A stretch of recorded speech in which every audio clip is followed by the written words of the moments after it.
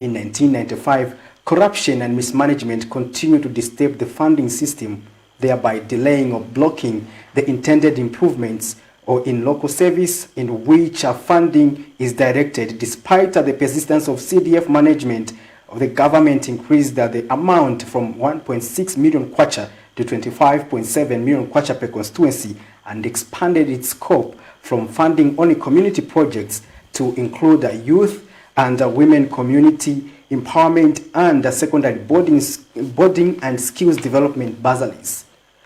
Well, however, the challenges and the threat posed by the corruption, notwithstanding the government through the Anti-Corruption Commission has conducted several operations to reprimand, in some cases, prosecute individuals and government officials suspected to have been involved in corrupt activities. This program is part of the Ask a CDF project implemented by the Alliance for Community Action. The project is has an overall objective of promoting voices of citizens in management of the awareness of the Constituency Development Fund, and raising enough awareness of the link between corruption and local level development. Ladies and gentlemen, the third week of the Ask at CDF TV series, today's topic is promoting the fight against corruption under the Constituency Development Fund, CDF. And my name is Patrick Soko, and my special guest today is the Director of Corruption Prevention for the Anti-Corruption Commission, Mrs. Glenda Mungalaba. Welcome to the program. Thank you very much, Patrick. And thank you very much, our viewers. We are glad that you could find time to be with us in the studio. Indeed, it's a pleasure, and the topic that we are discussing today is one that is of very high interest for the Anti-Corruption Commission. So I was looking forward to this interaction, and I hope that our listeners there will learn one or two things on what we are doing to fight corruption in CDF. Interesting. We understand that in this country, we have been talking about matters pertaining to corruption. It has been topical, and the CDF and corruption, these are issues that we have been discussing, especially since the 2022 national budget was released. CDF has been prominent. Now, to get into our discussion today, Mrs. Mungalaba, we want to find out, the Anti-Corruption Commission is commonly known for spearheading the fight against corruption. However, not so many people understand that the services the Commission offers. Please explain the functions of the Commission and the services it offers. Very important question, Patrick. You know, often when people hear about the Anti-Corruption Commission, they expect to hear about investigations. How many people have we arrested? Yes. How many people have we convicted? And even when you look at the headlines in the papers on a daily basis, most of what is reported is tilted towards what we do in terms of investigating and convicting offenses of corruption. However, I'm happy that you've given me this opportunity to enlighten the members of the public that the Anti-Corruption Commission is not all about investigations. We have an act which establishes the institution. That's the SEC Act number 3 of 2012. And the act provides 3 mandates. I would say 3 broad mandates for the Anti-Corruption Commission. Investigations is one of them. It's only one of them. And then we have community education. Community education, this is where we engage with the members of the community. We sensitize them on issues of corruption so that they are aware of what constitutes corruption, what are the effects of corruption on their livelihoods, on the economy. And then we have the Corruption Prevention Department. You introduced me as Director Corruption Prevention. That is the department that I'm in charge of. So in corruption prevention, yes, I'll tell you. I'll tell you. In corruption prevention, we work with institutions mostly, public and private institutions, to prevent the occurrence of corruption so that we root the problem in the bud. And how we do this, we examine systems and processes and different procedures of different functions of institutions, and together with these organizations, it's a partnership. We work with them, identify areas of vulnerability in their processes and procedures, and where we feel that certain procedures are vulnerable to corruption, we make recommendations for changes in methods of work so that they improve and eliminate chances of corruption. Now, this is also provided for in the Act. So it is a legal requirement once we work with an organization and examine their systems and processes, and we examine procedures and make recommendations, those institutions are expected to implement those recommendations so that they improve their work processes, so that by doing so, we prevent corruption. And then we have, of course, the other administrative functions of the institution, which are mainly support systems for the organizations to be able, the organization ACC to be able to execute its functions effectively. So in broad terms, what you can take home from this is that we apply a three-pronged approach to fighting corruption: investigating and prosecuting, education, and prevention. Interesting. Yeah. So now, so your department now, explain to me what your department specifically does, especially that you are the director of corruption prevention. What the director does? Yes, and your department and what you supervise, especially when it pertaining to prevention. What area of your focus to ensure that you mitigate this issue? Are you targeting young people? Are you targeting, how do you focus on prevention? Because probably they say train a dog while it is still young, because you can't teach a old dog new tricks. There's that such a saying. Yeah, but how do you make sure that you catch them young while they are growing up? They are also abreast with matters pertaining to corruption, so that we can prevent it better. That's where our community education department comes in. For them, they sensitize all sectors of the community, all areas, beginning from children. Yes. From the very early stages, that is beginning from nursery schools. We have penetrated nursery schools, primary schools, secondary schools, and even tertiary education. We are currently working with the Curriculum Development Center in incorporating anti-corruption topics in the school syllabus, in the school curriculum, so that we indeed, like you have said, we need to nip this problem while it is still very young. So even in small children, we need to start early so that they begin to understand that corruption is a vice, corruption should not be celebrated, corruption is something that we should deject in our society because of the various effects that it has on one as individuals in terms of accessing services that the government provides, and also generally the economy, the effect that it has on the economy. So it's important that every citizen, the youth, children, adults, public officers, private sector are aware of the evils of corruption. So we are actually encroaching every corner of this Zambian society by doing sensitizations, by doing prevention, so that we repeat in the bad. I'm sure you've heard that the old adage still holds that prevention is always better than cure. Exactly. And that is what we are trying to do as Anti-Corruption Commission. Interesting. In case you are just joining us, you are watching The People's Verdict, and this episode is brought to you by the Alliance for Community Action under the Ask a CDF project, and in the studio in conversation with the Anti-Corruption Commission Director of Corruption Prevention, and this is Mrs. Glenda Mungalava, and we have just tackled our first question, and I just want to get to my next question to just find out. You understand that corruption is a very widely discussed topic, yet it remains difficult to define it. Now, in simple terms, please explain what corruption is with examples from practical report cases. Thank you very much. You know, when I listen to you saying I define corruption in simple terms, yes, you cannot define corruption in simple terms. It's a sophisticated offense. Well, as a term, just as an English word, corruption, you can say, I can simply say it means something that is broken, something corrupt, and it can be applied to objects, it can be applied to even morals. Yes. If morals are broken, you can say there's a corruption of morals in our society. It can be applied to practices.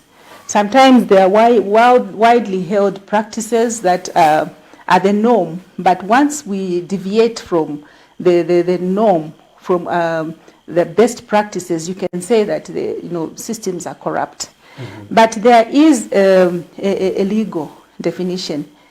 In Zambia, corruption, I'm sure in other jurisdictions as well, corruption has been criminalized, meaning that it is an offense if you find yourself participating in corrupt activities. And the law, I mentioned the Anti-Corruption Act number 3 of 2012, which establishes the ACC and gives us the mandate to do what we do, also has set parameters which define what constitutes corruption. So now, according to the Act, soliciting or asking, accepting or obtaining on one hand, and on the other hand, promising or offering or giving on the other hand a gratification by way of a bribe or other personal temptation or inducement. Mm-hmm. Now, I've used the terms gratification and bribe, and people might have different interpretations of what these terms are. Bribe can be money in cash. Mm-hmm. Bribe can be a favor. It can be in form of a favor, which is used to induce somebody in order to influence their judgment or how they behave in a position of trust. So we have here a person who has been given a position of trust, and because of the bribe that has been given to them, it influences the way they are going to act in that position. And in most instances, they will deviate from the correct way of doing things, from the procedures, because they have been influenced by this person who has given them a bribe. And gratification can be anything, money, gift, it can be a loan. Sometimes it will come in terms of, I'm just giving you a loan. And because you are in need of that money at the moment, your judgment is affected. And you might make a wrong decision just to appease somebody who promises you something that you really needed at a time. It can even be property. It can be any privilege. Somebody can just take you out for lunch or for dinner. That is gratification. So corruption can be done in so many ways. Like a bribe can be given in many ways. Then there's also the issue, the Act also establishes abuse of one's office as an offense aligned to corruption for your own personal advantage or for the advantage of another person. So corruption simply, if we want to define it legally in a simple way, we can say the abuse of entrusted power for private gain. And if you ask me of forms of corruption, how it can happen, it also comes in very different forms. We have got what we call bureaucratic corruption, or some might want to refer to it as petty corruption. Although it is not so petty, this is corruption that is mostly found among maybe the public officers in these public institutions and the members of the public as they try to pursue public services in their interactions. It can be, I'll give you an example. You want to enroll your child, grade 1. That's the most common. It's very common. There are a lot of queues there, and chances that you might succeed are very slim. So if you have money, you will jump the queue.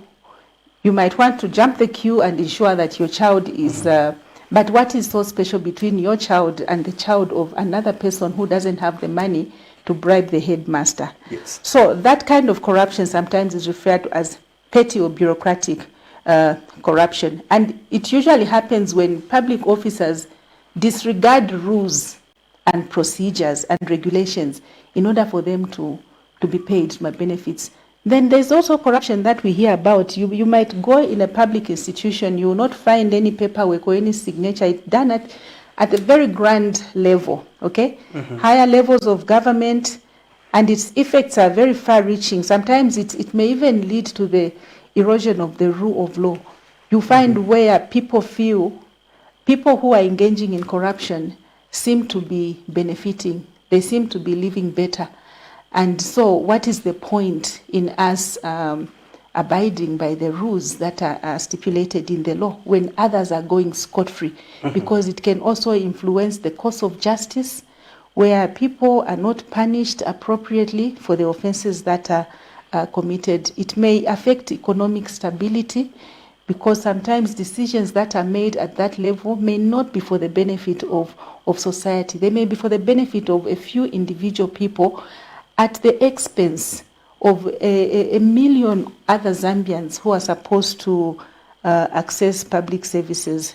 And it can even lead to state capture when it is done at a very, very, very high level, where private businesses, sometimes even criminals who influence very high government officials to make certain policies which will benefit them, which will benefit their businesses.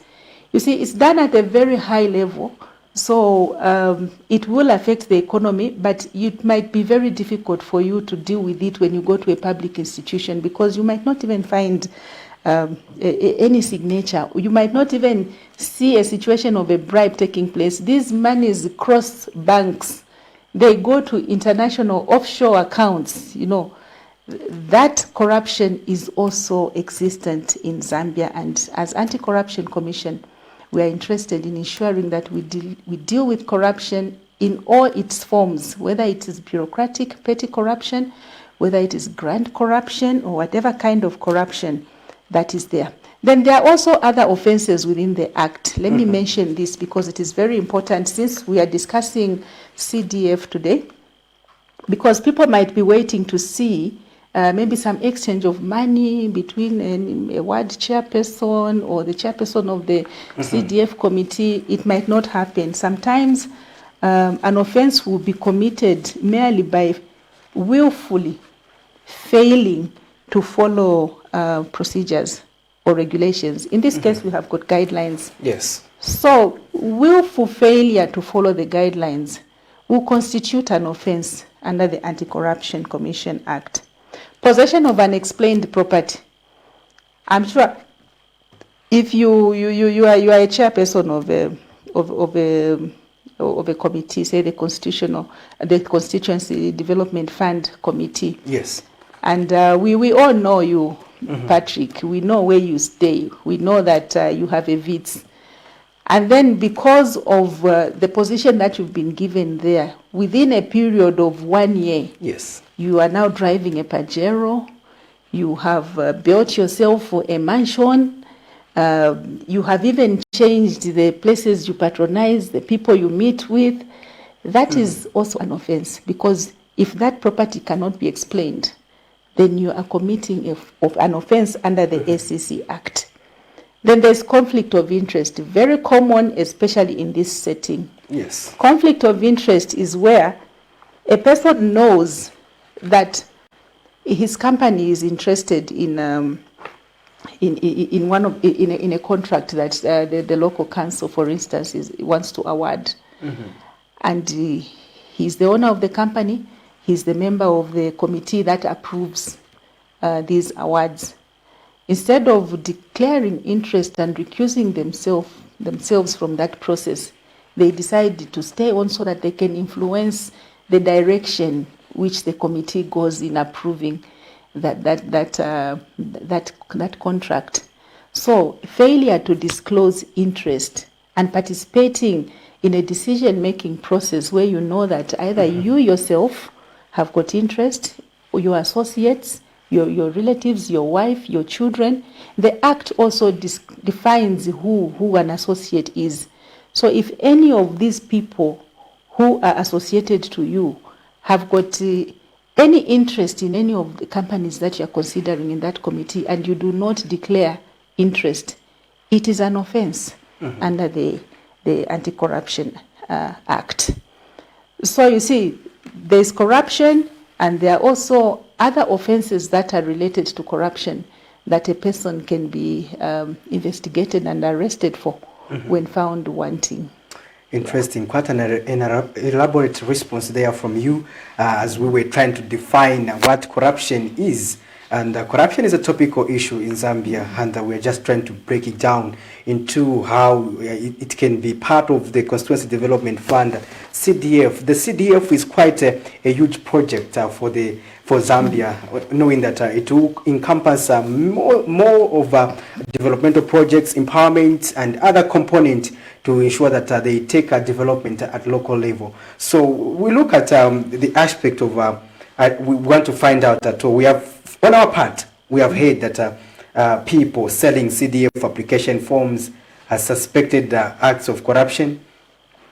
Has the Commission received reports of corruption in the CDF application process? I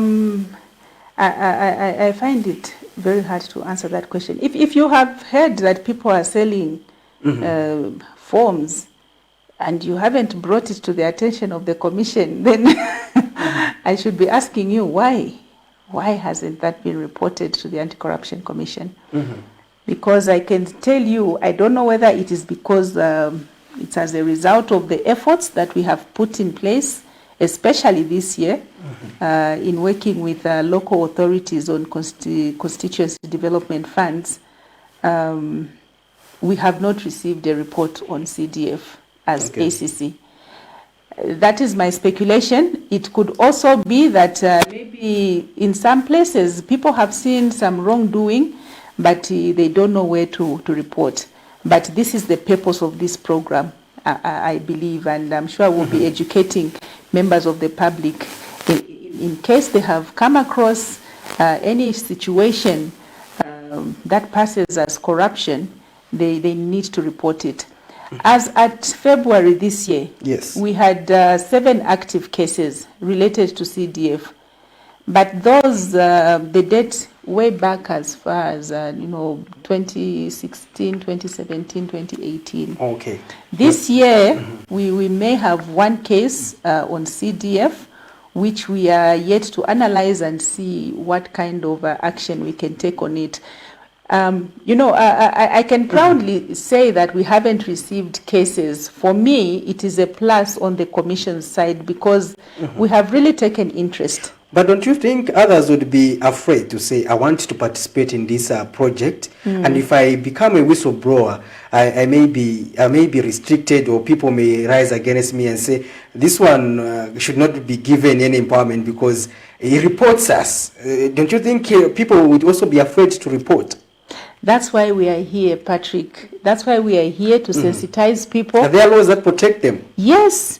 The Anti-Corruption Act itself protects whistleblowers, and we have the whistleblowers legislation 2010, which provides protection to people who report offenses of corruption. So we can invoke those provisions of the law to provide protection for such people. And in any case, when you report, there are also, and I know we might be talking about this later in the program, but there are a lot of methods that you can use still to report to ACC without disclosing your identity, so that you are not victimized at the end of the day. So there are possible, different possible ways of reporting where you can be protected. First, you can remain anonymous so that people don't know. You can write to the Anti-Corruption Commission. You can call, and I can report this. It's premature now, but we are in the process of considering an anonymous online whistleblower system. We've learned this, of course, in the course of our work. We engage with a lot of stakeholders who are doing this internationally and locally as well. So we want to engage. There's a system that you can use where you log in online. You don't need to enter your particulars in the system. You use a code. And then this information can be accessed by law enforcement officers. So if it is ACC, we also check the system on a regular basis. We find this complaint. We are able to interact. We are able to ask questions to you so that you provide further details without disclosing your identity. So that way it is safe, it is secure, you are protected, you will not be known. And I think that is the way we would want to go. Interesting. As a commission, in order to ensure that you are protected. Interesting. The other aspect is that we've the increased allocation in terms of the Constituency Development Fund from 1.6 million kwacha to 25.7 million kwacha. There's a growing fear of the abuse of the fund. Maybe that the abuse of resources may be widespread. I want to find out what the ACC is doing to ensure that that is prevented, especially when it comes to misappropriation and misapplication or abuse of CDF resources. Okay, we are doing a lot. We are doing a lot because it is so much. I listed some of the activities that we are doing as Anti-Corruption Commission. Yeah, because I recall we had the program here, and one of the economists actually made a prediction that we have seen CDF in the past have been marred by irregularities. And given that the allocations in terms of amount have been increased, we are going to see a lot of issues emanating from that in terms of misapplication of funds, misappropriation, and embezzlement of resources. So are you already projecting this and ready to prevent this? Yeah. Let me answer your first question. You asked what the ACC is doing exactly. Yeah, in terms of fighting corruption, especially in the administration of the CDF funds. First of all, we want to partner with the local authorities. Very important. We need to engage with them because we cannot be working independent from them.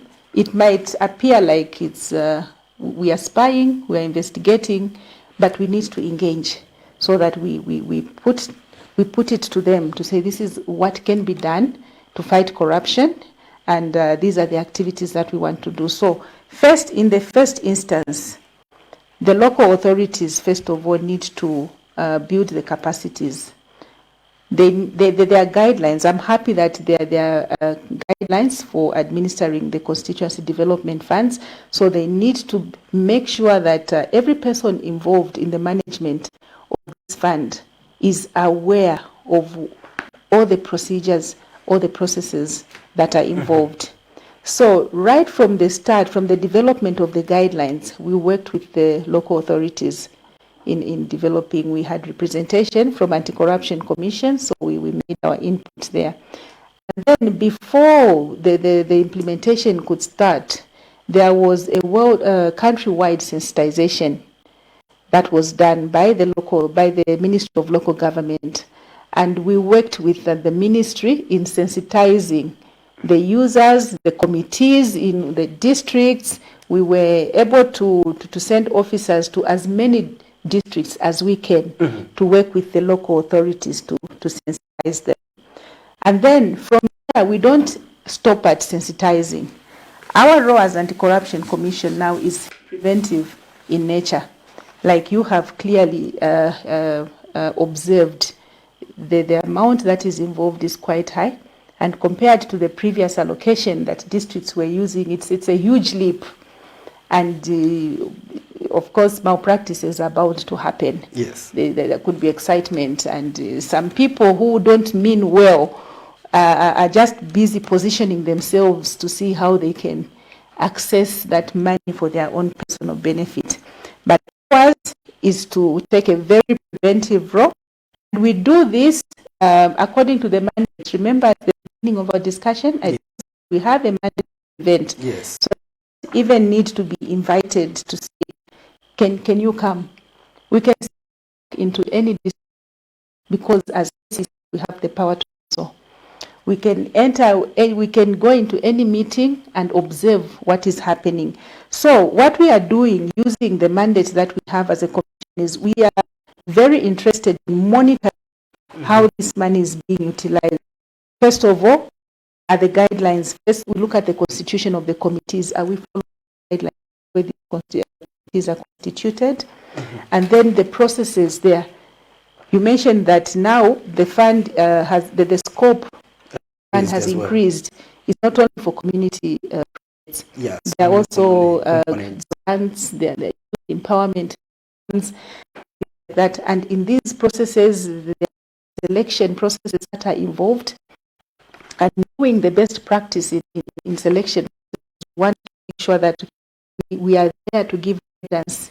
If people, we see maybe the criteria that are being set there are criteria that are targeting certain people, as ACC we are able to guide, to say, no, we need to be as objective as possible in ensuring that we give these grants or these loans to people who are deserving, and not just to benefit family members and friends. So we do that as ACC. So also we have actually developed a proposal on a number of activities that we are going to do. We intend to be doing some snaps when implemented. We will randomly. You don't make an appointment if you want to check if the right thing was done. So randomly, we just go and monitor, do some integrity checks to see if what the contractor said they were going to do has actually been done. If goods that were said will be delivered have actually been delivered, and so on. Yes, and then we'll come up with reports, recommendations where we are able to correct things.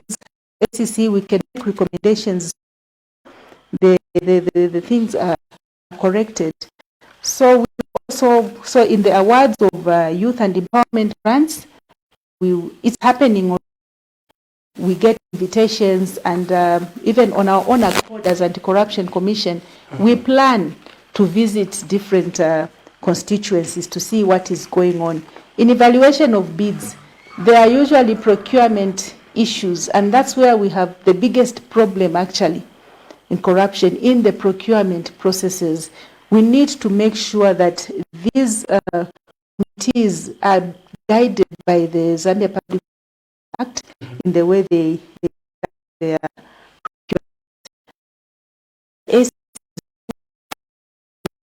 We also a lot this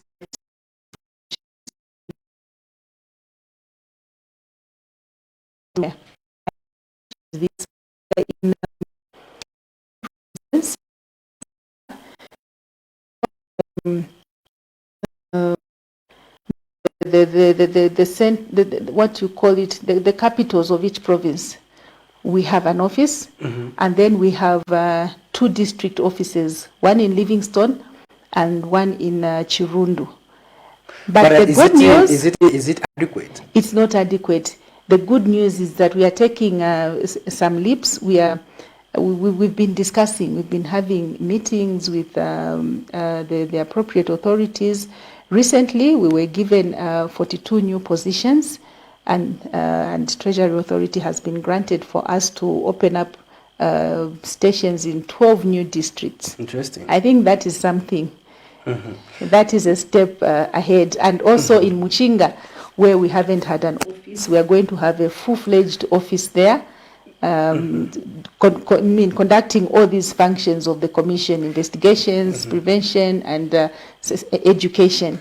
Now that we're still on this aspect, I want to get your perspective. We have seen that you have implemented a system of integrity committees in government institutions. Now, when we look at CDF, what about CDF? Don't you think we need something similar, part of the WDC, so that you can also have eyes there to help you, alert you on possible corruption?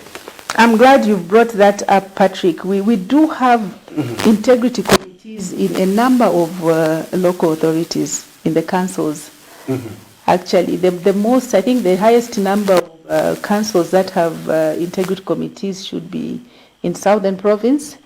I don't have the numbers on my fingertips, but most of the councils there have got integrity committees. Then we have the Copper Belt. A number of councils there have got integrity committees. And we have been receiving requests, like almost every week we are training integrity committees in fighting corruption. And some of those institutions that are forming integrity committees are local authorities. And we encourage this, we promote this, because they are our eyes on the ground. Like you've observed, both you and I have seen that it is not adequate for us to only have offices in 12 districts.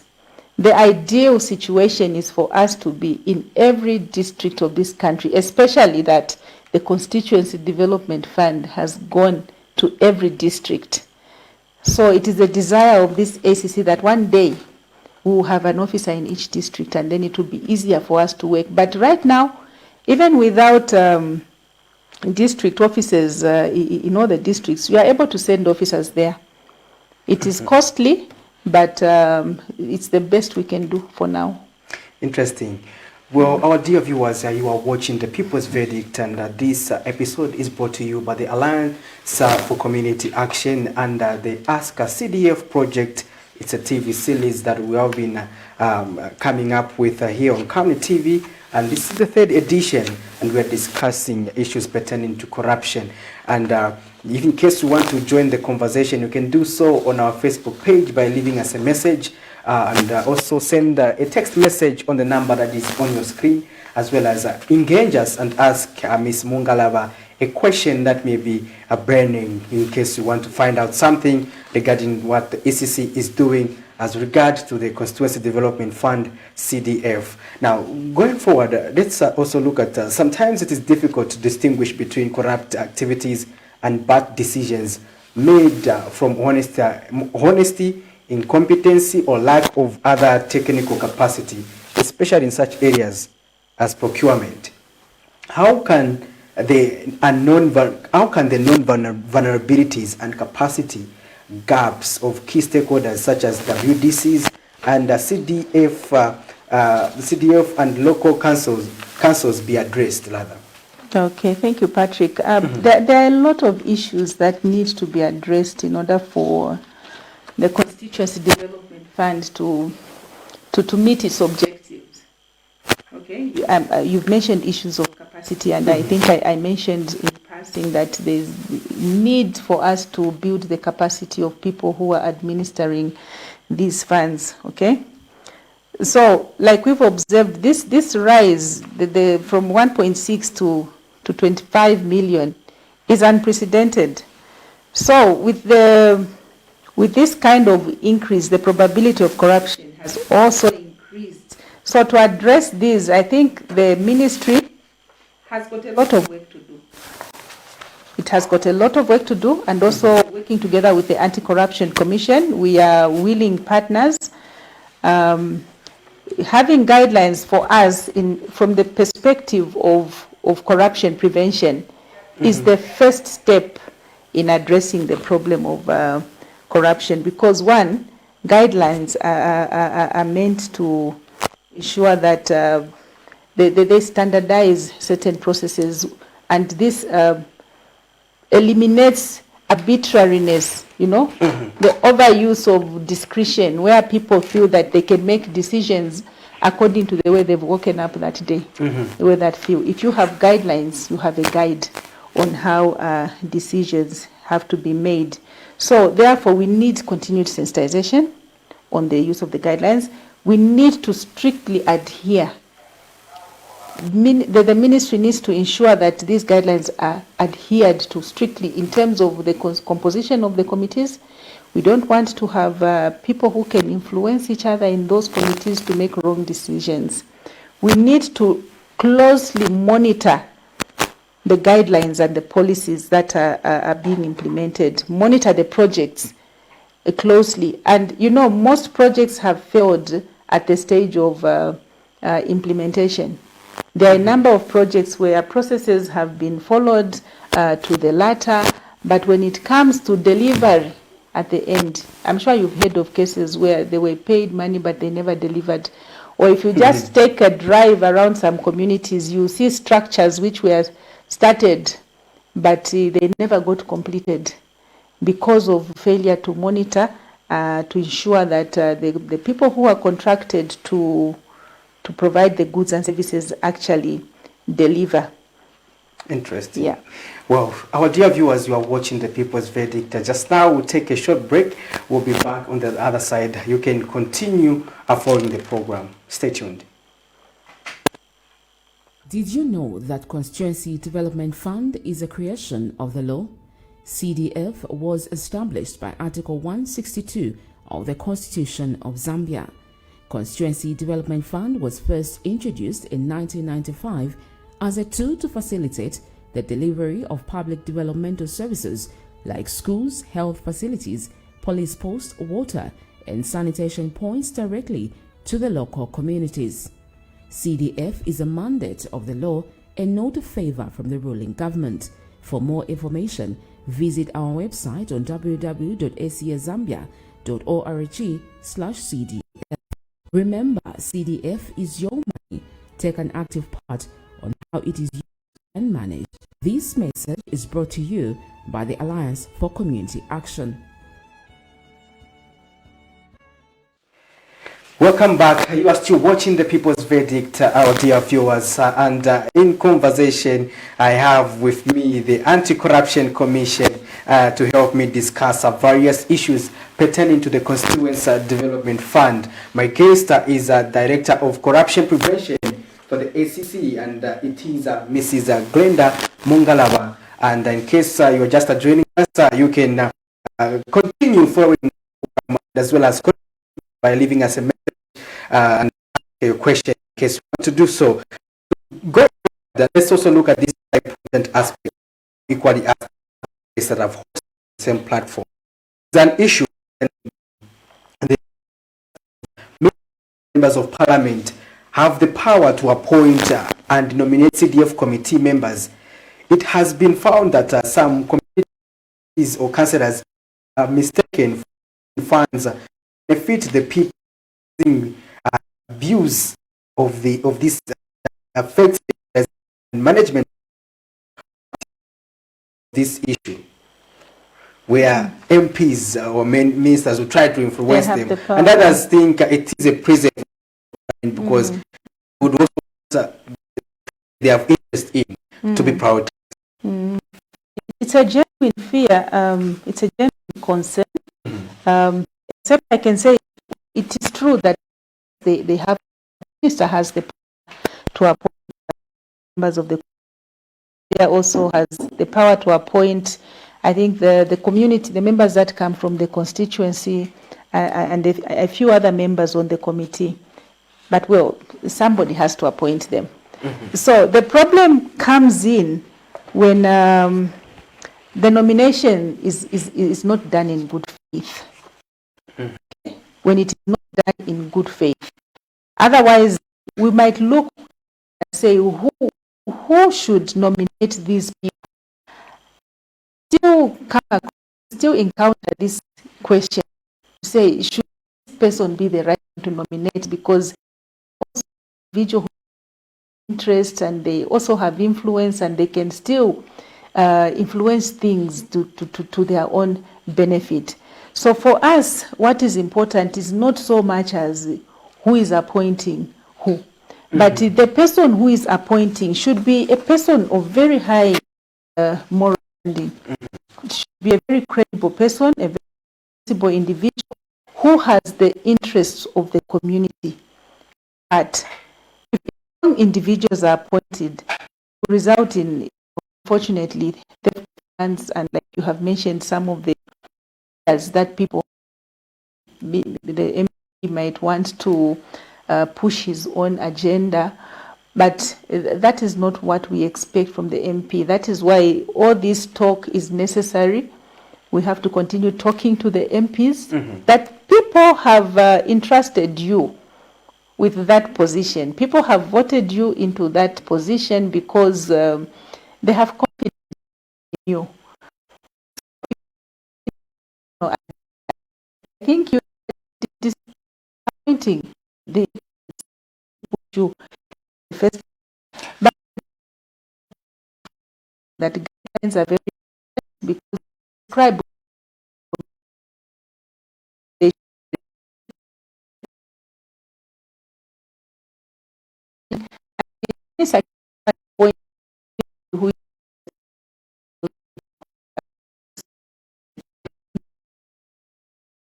maybe the MP might have influence on appointing which member of the community. It might be a relative, but still There are the issues of declaration of interest that needs to be adhered to.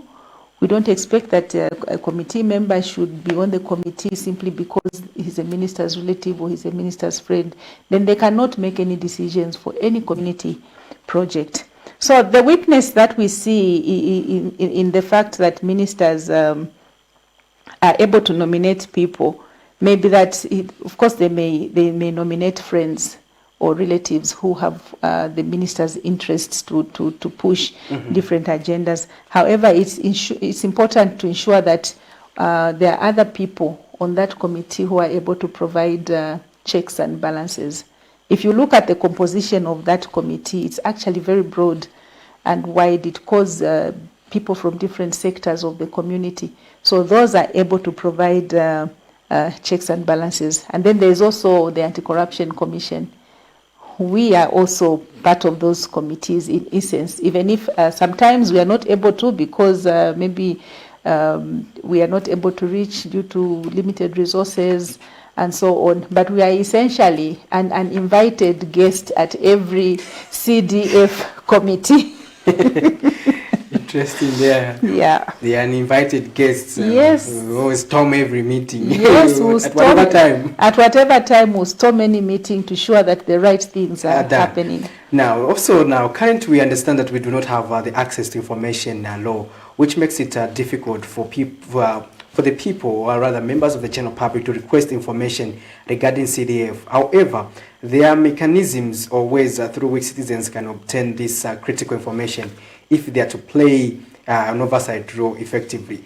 What are some of the mechanisms that citizens can utilize? Are there any mechanisms citizens can utilize to get information despite the absence of the access to information law? Yeah. Well, hard question there. Indeed, we don't have the access to information law. It has not been enacted in Zambia. But as a commission, in the interest of enhancing transparency and accountability, we think it's a very progressive piece of legislation to have, because it would give members of the public access to the necessary information for them to monitor properly and share information where they need to. However, even if it is a key piece of legislation in enhancing or fostering good governance, where it has been enacted in countries where it is, I think it has been enacted with caution, because it's not every information that should be in the public domain. You know, a country is not a company. It's a nation, and there are security issues, and the government has got these responsibilities to protect the citizens. So some information may be kept from the public for the benefit of the public, but where information is not secret, it's not confidential, we strongly believe members of the public should have access. That is the only way they can monitor. We know there are a number of CSOs that have been doing public expenditure tracking in these local communities, and they are able to see, but they are limited in terms of how much information they can access because of the absence of that act. Okay. So there are a lot of things that people can do. One, you can observe, you know, what is happening in your communities. For instance, this money is intended for community development projects, and once the wards receive proposals and these are agreed as these are the community projects, people should be able to monitor how those projects are being implemented. There's a case that we investigated some time back where the MP there, Kolaiko, colluded with the chairperson of the Constituency Development Committee. They paid a contractor for the supply of some grader or something, which was never delivered. Okay? But now these are projects that the community identified. These are our priorities. We need a grader. I don't think those are decisions that are made by individuals. They are community projects. So if it is not happening, the members of the community can question the authorities to say there are these projects that we have submitted which were approved. And we also encourage that there should be, displaying the results of the community projects, for instance, that have been approved for implementation, so that people are aware that this is the project that we expect to see. If it is a bridge, people should know that from this month's CDF we are doing a bridge. Then people will be able to see whether it is being implemented. What about the aspect of the stages in terms of identifying, selection, allocation, and implementation of CDF project? How have you taken an interest in those stages in terms of identifying loopholes? Yes, that is our whole purpose of being part of these committees. Mm-hmm. Because when we are part of the committee, we say we participate from start to end. So if it's a procurement process, once we are invited, say maybe to evaluate some projects, we request the documents to see the initial stages of that process. How was this need identified? Mm-hmm. Who was involved in the identification of that need? Was there input from the communities? Was how was the contractor engaged? Was there an advert that was publicized, or was there an objective way that this contract was entered into? So we just monitor the whole process. It is not just at evaluation stage. And in our proposal, I talked about our plan. We have done a work plan on how we intend to work with the communities. We also want to monitor the implementation of these projects and inspect together with the local authorities. We are working together with them, so we are not investigating to look for faults. It's not a fault-finding mission, but it's working together to ensure that we are able to give guidance at every stage of the process. Now, but how would you say corruption in CDF processes affects the lives of ordinary citizens? How does it affect ordinary citizens?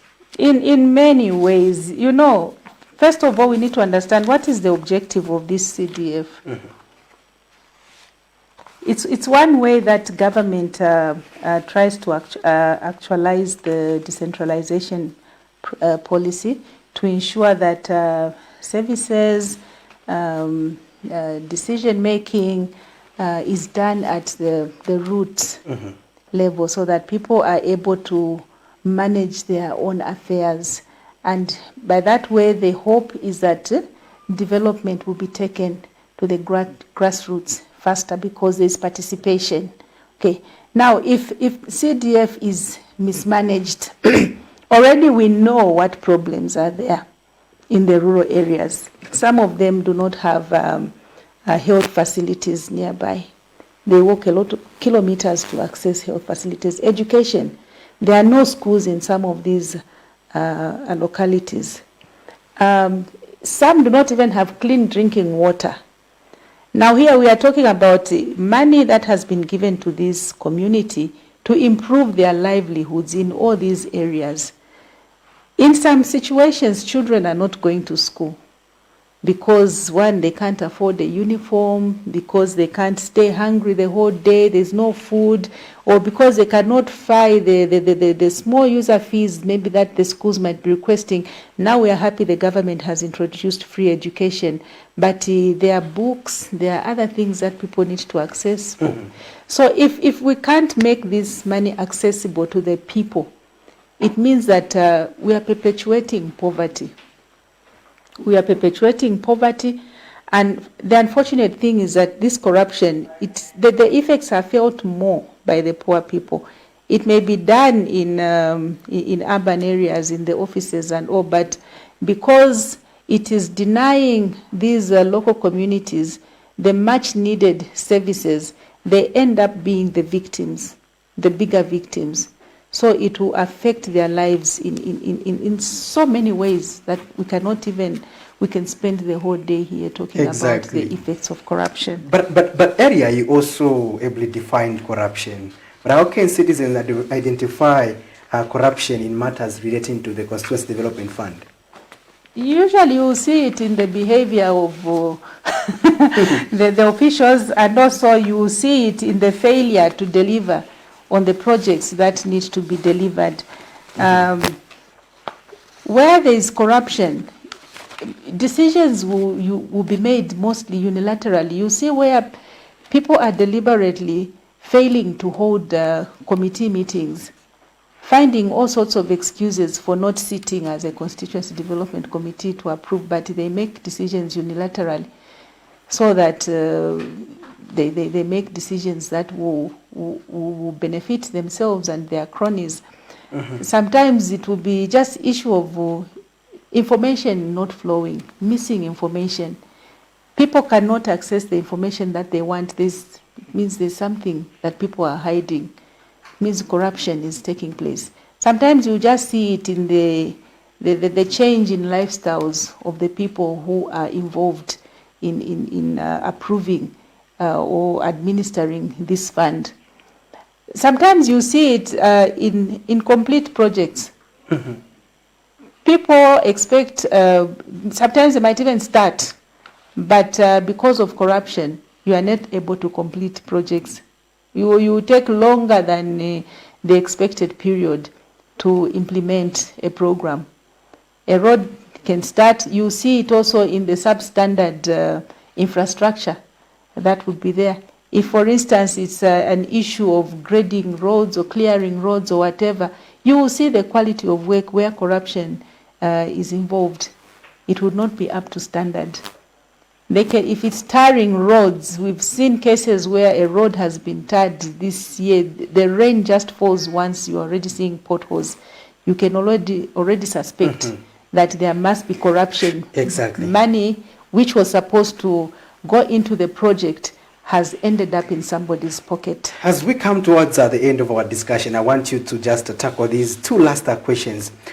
People are aware that certain crimes such as theft occur. They can simply walk into a police station and report the suspected offense they have witnessed. How does the process of reporting suspected corruption work?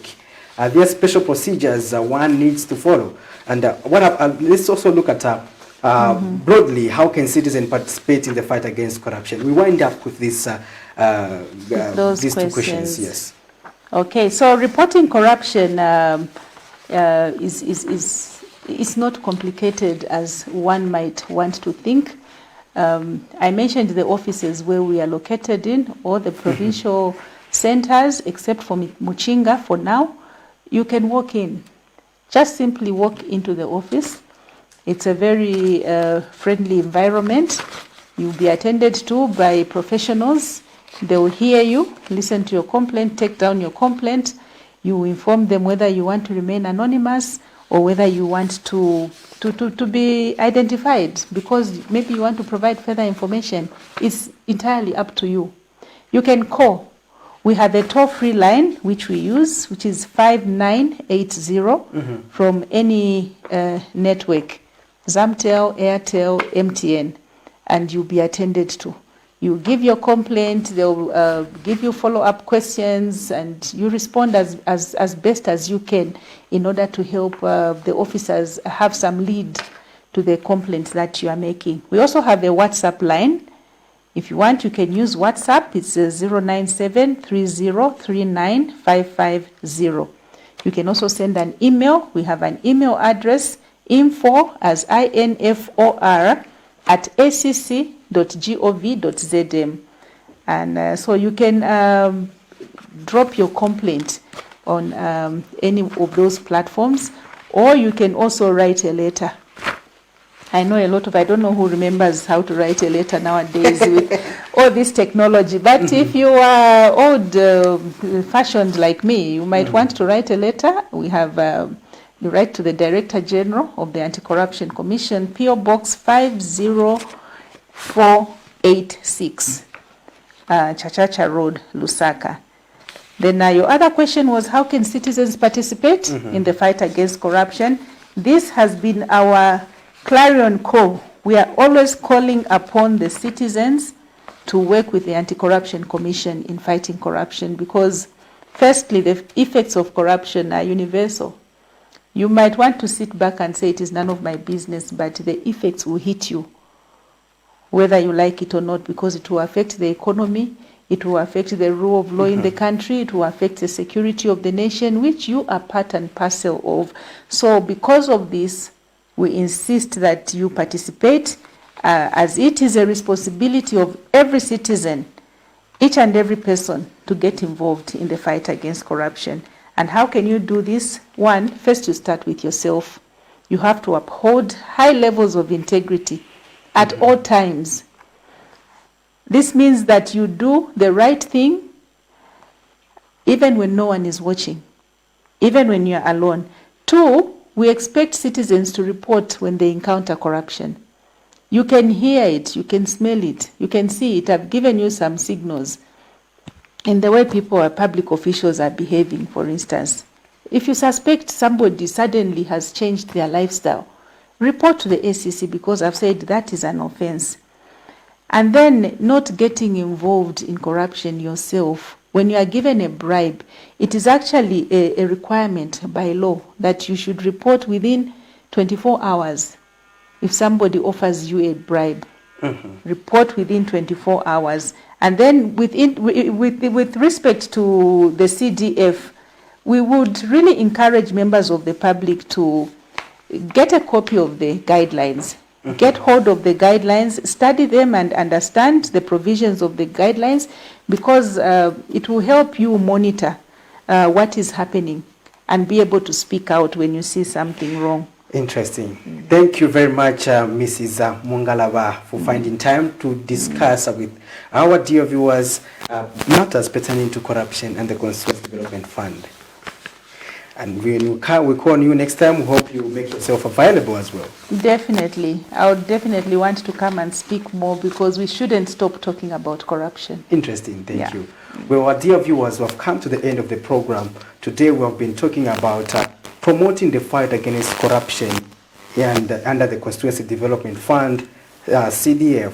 And my guest has been Mrs. Mungalaba, to help from the AntiCorruption Commission. She is the Director of Corruption Prevention.